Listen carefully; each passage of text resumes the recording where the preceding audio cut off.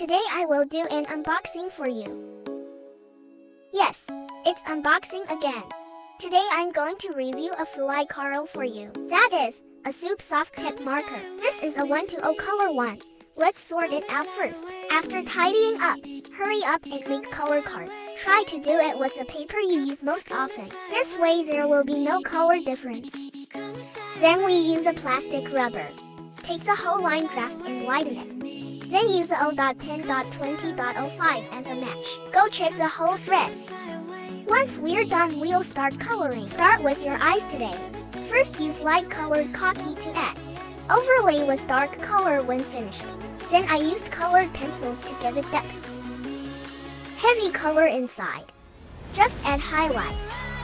Then we start laying down the skin. Because his entire skin is a little yellowish, so we're going to choose a yellow skin to prime him. Finish the first floor. Let's find someone a little darker than him to add a second layer to him until you are satisfied. Then we started to lay down the light color of his hair. Also superimpose the shallowest first. The widest and brightest place to make room for him. Then we step by step. The layer went to superimpose his heavy color on him. Layer by layer, the entire bright side and the dark side must be distinguished. Then find a darker color. Then add the heavy color of his dark side to him. Light and dark junction. There is also a boundary between light and dark on the opponent's head. Just one layer is not enough.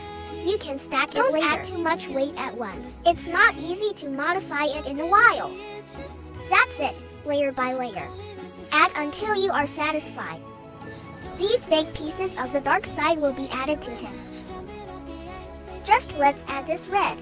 It is also to paint it with a light color first. The bottom is a relatively big red to make it a base. After it's over, use a deep one to add a dark side to it. This shiny metal. Be sure to control the highlight to it.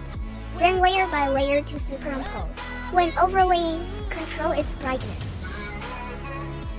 Then we put this.